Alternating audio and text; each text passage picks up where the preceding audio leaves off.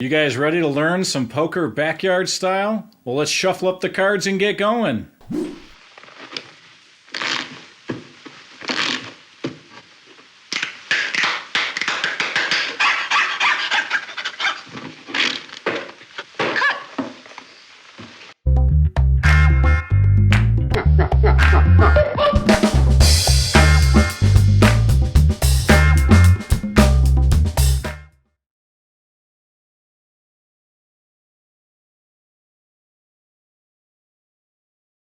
Welcome to Backyard Poker, the channel dedicated to expanding your poker palette beyond just Texas Hold'em. This is part 3 of my Poker Basics series. This video will focus on basic poker game structure and betting. It's important to note that this video deals with how to play home dealer's choice poker, aka backyard poker, which is different than Texas Hold'em. If you're looking to just play Texas Hold'em, stop this video now and do a search on YouTube for beginner Texas Hold'em games. The way that I explain poker in this video would only confuse you. I'm going to assume that you're now familiar with the poker hand ranks. If not, check out part 2 of this video series. I'll leave the link in the description below. This video will be packed full of information, so I'll also leave timestamps in the description below. So here's the scenario. You and a couple of friends or family came over to play some poker. Everybody brought their nickels or quarters or pennies that they need to play for a few hours. Everybody's sitting at the table. The host slaps down a fresh deck of cards. What do you do now? To answer that, let's head over to the backyard and see a game played from beginning to end. Welcome to the virtual backyard, everyone. I felt this would be a better way of showing gameplay since I don't have 3 other volunteers to help me at this time on my real poker table. Let me clear the table here real quick. There we go. All right, so unlike Texas Hold'em, this is not a tournament. There's no big and small blind requirements. For backyard poker, there's something called an ante. What you talking about, Willis? An ante is just a fixed amount of money that every player puts into the pot to begin every game. Usually it's a quarter or 50 cents, depending on what's agreed upon in the house rules. House rules will be explained more in part 10 of this Poker Basics series. The ante amount is usually the amount that's used for betting, which will be explained later in this video. Another lingo term I used here is the pot. The pot is simply the accumulation of the ante and all the bets that have been placed during the game. It's what will be won at the end of the game when the player's hands are revealed and the highest poker hand wins. So here's an example of a pot in the middle of the table here. For the example game I'll be showing here, we'll use a quarter ante. I actually thought about a few different ways to explain all the game structure and betting that won't be tedious and boring. I think just doing a show and tell style will work the best. So I will list the 13 steps of a typical poker game from beginning to end, including betting. Then I'll repeat the process a few times and explain more as we go.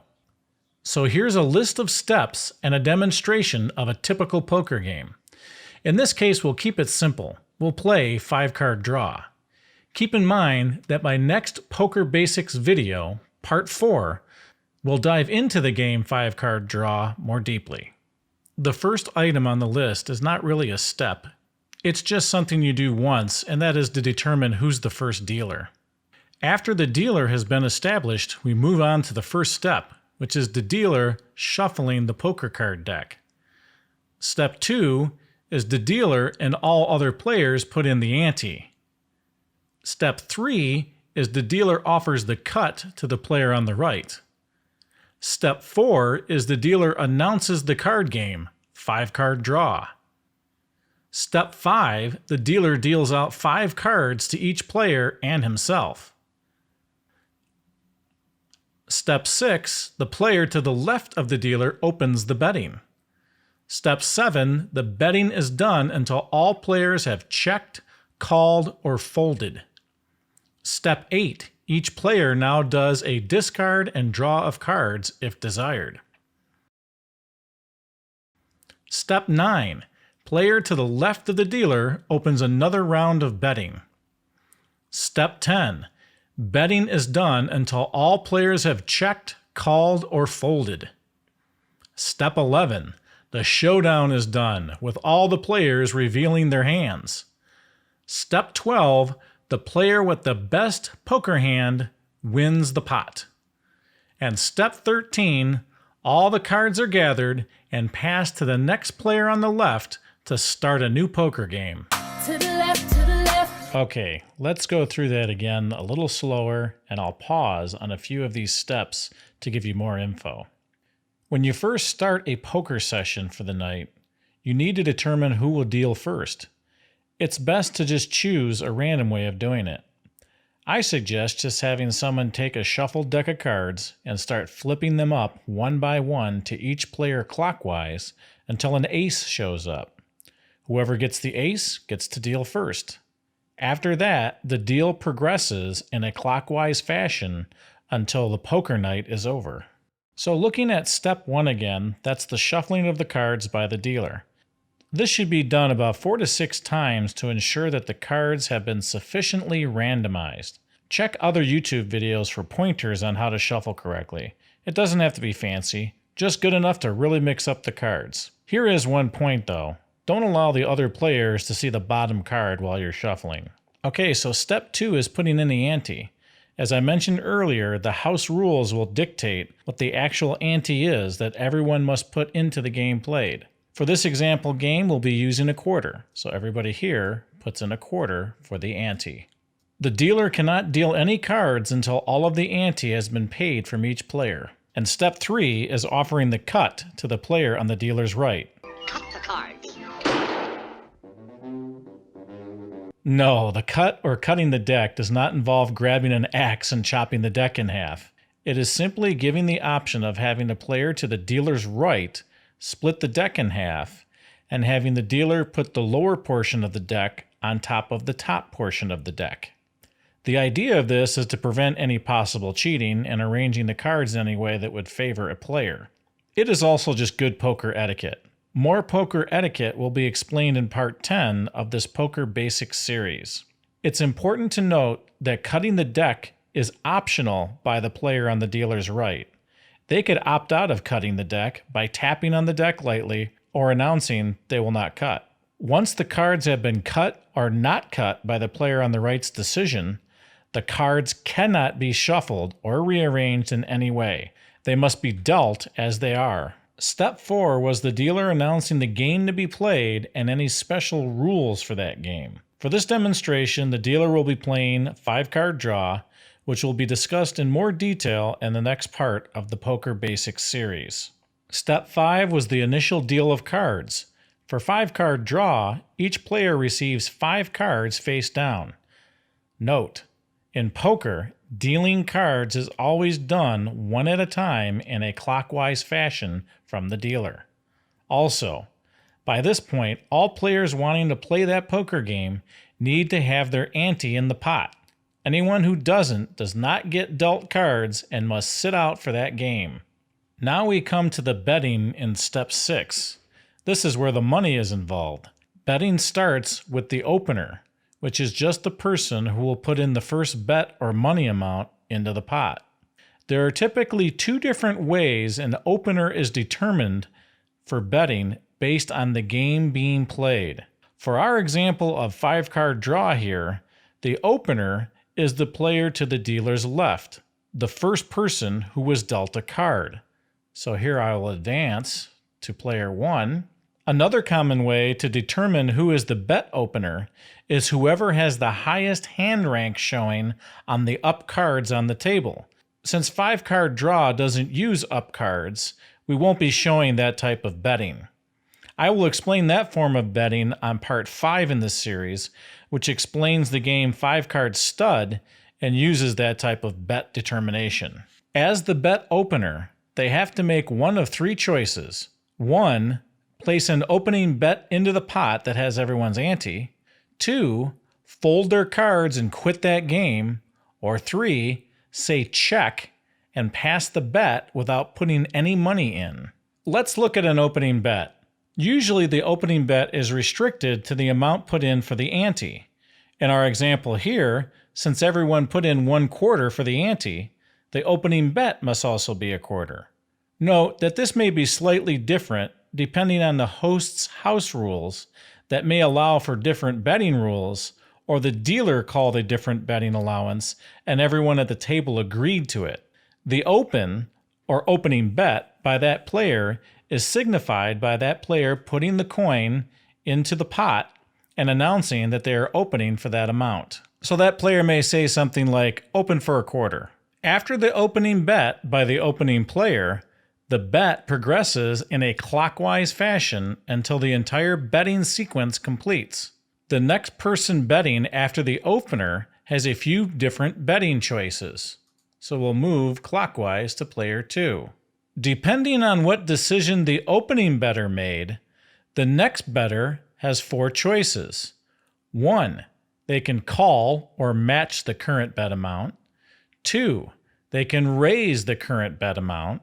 3, they can check if the opener checked or folded. Or 4, they may fold and quit the game. Calling a bet is just matching the previous person's bet. If a quarter was the opening bet, the betting player would match that by putting a quarter in and announcing call to the other players. In this example game, player 2 will call the bet by adding 1 quarter to the pot. The bet decision now progresses to player 3. Player 3 will also call the bet and put in 1 quarter to the pot. And finally, player 4, the dealer, will call the bet and put in a quarter. Since there were no raises and each player has an equal amount bet, the first betting round is over, which completes step 7. Step 8 is specific to the current game of 5-card draw and allows players to discard and receive or draw new cards if desired. More on this game will be explained in the next Poker Basics video. Step 9 is the second betting round. Starting with the same player to the dealer's left, that player has the same 3 choices as before. Place an opening bet into the pot, fold their cards and quit the game, or say check and pass the bet without putting any money in. This time, player 1 will say check. When you say check, that's where things get interesting. This is a special option that the opener has. A check is somebody saying, I'm not putting any money in the pot, but I'm not folding either. He's basically passing to the next betting player. So the betting action proceeds to player 2. Remember, this non-opening player has 4 choices. 1, call or match the current bet amount. 2, raise the current bet amount. 3, check if the opener checked or folded. Or 4, fold and quit the game. This player could check, and like player 1, pass his bet and proceed to the next player. Instead, player 2 will actually open for 1 quarter. Once a player has opened for a bet, no one else can check, and the bet amount must be matched, raised, or folded. Player 3 now has the bet and decides to raise. He puts the required amount of 1 quarter into the pot and then increases the bet by another quarter. He then announces raising a quarter. So now the bet is at 50 cents. Just like opening a bet, there are house rules about how much you can raise. It's usually the ante amount, so adding 1 quarter for this raise is allowed under most house rules. Raising is done when your poker hand is good and you think it is high enough to actually win the game. Or you are trying to get the other players to think you have a higher hand when you may not. That's called bluffing, and that will be explained more throughout this Poker Basics series. Now the betting action proceeds to player 4, the dealer. He decides to fold. Folding is simply setting aside your cards and sitting out for the rest of the game. Any money that he may have bet is forfeit to the pot. Now, unlike the previous betting round, we're not done yet. There are still players who have not matched the current bet of 50 cents. So the bet advances back to player 1. Since player 1 checked last time, he will need to add 50 cents to call the current bet, add more to raise the bet, or fold. Player 1 decides to add 50 cents and call the current bet. Now to player 2 again, where he opened for a quarter. To stay in the game, he will need to match the current bet by adding one more quarter to the table or raise with additional quarters. Otherwise, he would have to fold. Player 2 decides to call the bet and adds one more quarter to his bet. Since no other raises were done and all non-folded players have an equal amount in the pot, the betting round is over and that completes step 10. Step 11 is the showdown. Assuming there is more than one person still left in the game, the showdown is when all the players' hands are revealed and the player with the best poker hand wins the pot. Usually on the showdown, people will take turns announcing what hand rank they have. So player 1 has a pair of queens. Player 2 has a pair of 10s. Player 3 has a pair of 9s. And player 4, the dealer, as you remember, folded. Now this is usually the point where you'll hear a mixture of gloating, groaning, and laughing as the cards are revealed. In this case, player 1, with his pair of queens, has the highest poker hand rank and scoops the money. And that completes step 12. And that's it. All the cards are gathered up and the deck is passed to the next player on the dealer's left and a new game is called. So now player 1 is the dealer and will shuffle the cards, offer the cut, and throw in the ante. All other players will throw in their ante as well.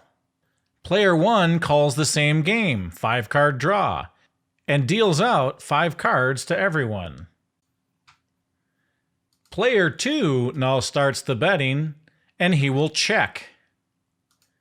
Player 3 also checks.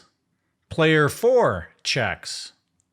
And player 1 checks. Since everyone checked, no money is added to the pot, and the game advances to the next step, which in this case is the draw step. Each player discards and draws new cards if desired.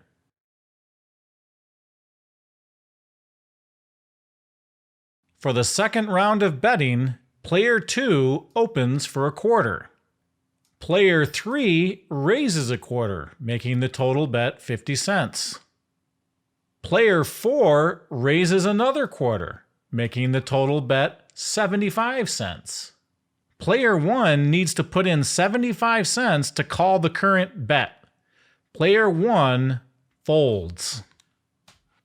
Player 2 already put in a quarter the first time and would need to add 50 more cents to call the current bet. Player 2 puts in an additional 75 cents, raising the bet to $1 total. According to the house rules for this game, there is only a 3 raise limit, and other players can only call or fold for the rest of this betting round. Player 3 would need to put in 50 more cents to call the current $1 bet. Player 3 folds. Player 4 would have to put in one more quarter to call the current $1 bet. Player 4 folds. Since everyone except player 2 folded their hand, player 2 automatically is the winner and wins the money. The game is over and the cards are passed to the next player, and so on and so on. Okay, I get it. This may seem like a lot of information and maybe a little overwhelming at first, but believe me, after just a few games, you will get the hang of it. Take the time to practice a few times. Grab a family member or a friend and just use pennies or poker chips for betting. With the amount of detailed explanation that I put into this video, you should be able to play the majority of the games BakYard style. It's important that you don't watch any Texas Hold'em videos while you're learning these poker basics. This style of poker is played slightly different than Texas Hold'em and may confuse you. The next part of this Poker Basics series, part 4, will explain the game 5-card draw that I demoed here. If you got good info from this series today, please remember to like the video. And if you really like all the information you're getting in this Poker Basics series, consider subscribing. I'd love to have you on board. And don't forget to ring the bell to know when new videos that I post come on board. Thank you very much, and we'll see you in the next video.